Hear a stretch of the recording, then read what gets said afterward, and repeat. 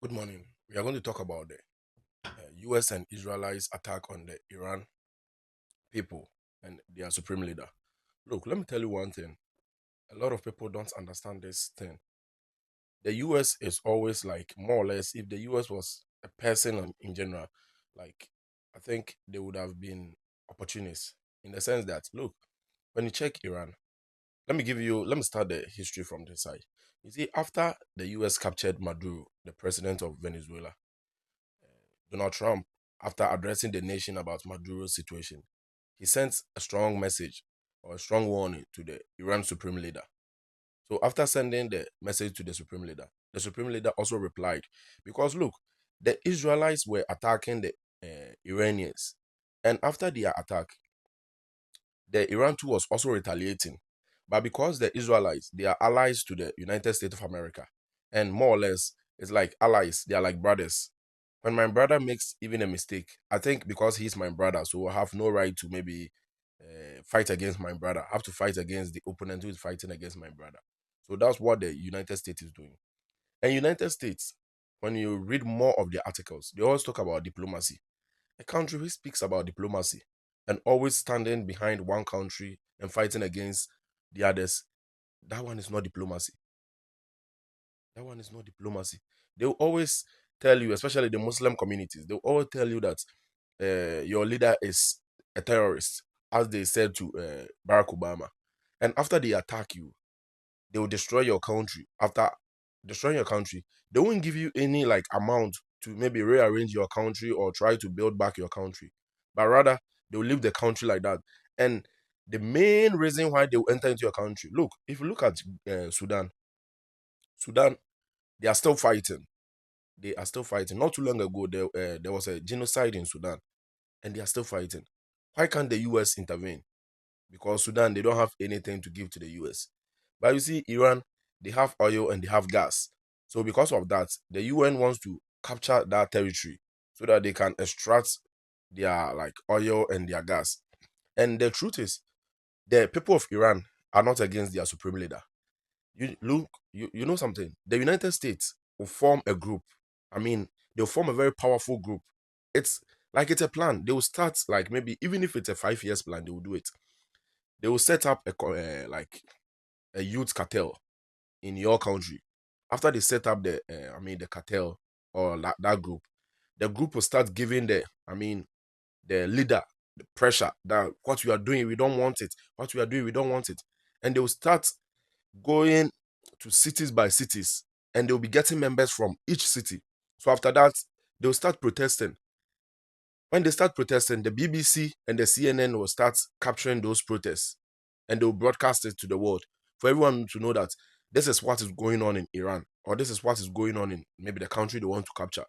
So if they see that thing, if they see that thing that okay, this is what they are saying, the people don't want this leader, then the US will send a message to the leader that this is what is going on and it is causing mass destruction. If you don't step down, we will strike. And as a leader, you know what you are doing, and you know that these people are not part of you, and they are not the citizens that you are like. I mean, you are serving. So you think, or you will say that no. It's like Gaddafi's interview. Gaddafi's last interview was by a BBC journalist, and he was asked. The people said they don't like. Gaddafi said, "No, these people in Benghazi are not my people. They are terrorists." And they said that Gaddafi is a terrorist because the people are striking and it's also attacking. So therefore, it will cause maybe mass destruction. So they attacked Gaddafi and they killed Gaddafi. And where's Libya now? Libya is now in like a mass destruction. The Libya we knew is not the Libya we are having now. So that is what is happening in Iran. They set up a group, and the group will just say that we don't want the supreme leader, we don't want the supreme leader, and the US will strike. And that's what has happened right now. They've striked and they've killed the supreme leader. And the US will later come back and say that okay, let's have a diplomatic discussion, and they will impose someone onto the country, and the country won't be the same again. So in this case, it's not like the US being powerful. No, this is not about being powerful.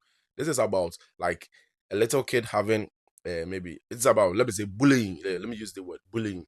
They are just bullying other countries because they feel like they have the ammunitions, and they have the, like, I mean, they have the capacity to occupy your territory. So they do whatever they want, which is wrong. Sometimes Barack Obama, on an interview with Wallace, he said it, that after the attack on Libya, he regrets that after the attack on Libya, what he's seen about Libya now, or where Libya is now, is what he regrets the most. So he feels like, more or less, he could have had a diplomatic conversation, as African leaders discussed earlier, that they wanted to have a diplomatic conversation with the US and the NATO and other, like, I mean, other sovereign countries. They had to sit down and have a discussion about Gaddafi's incident. And the US and other countries declined the offer.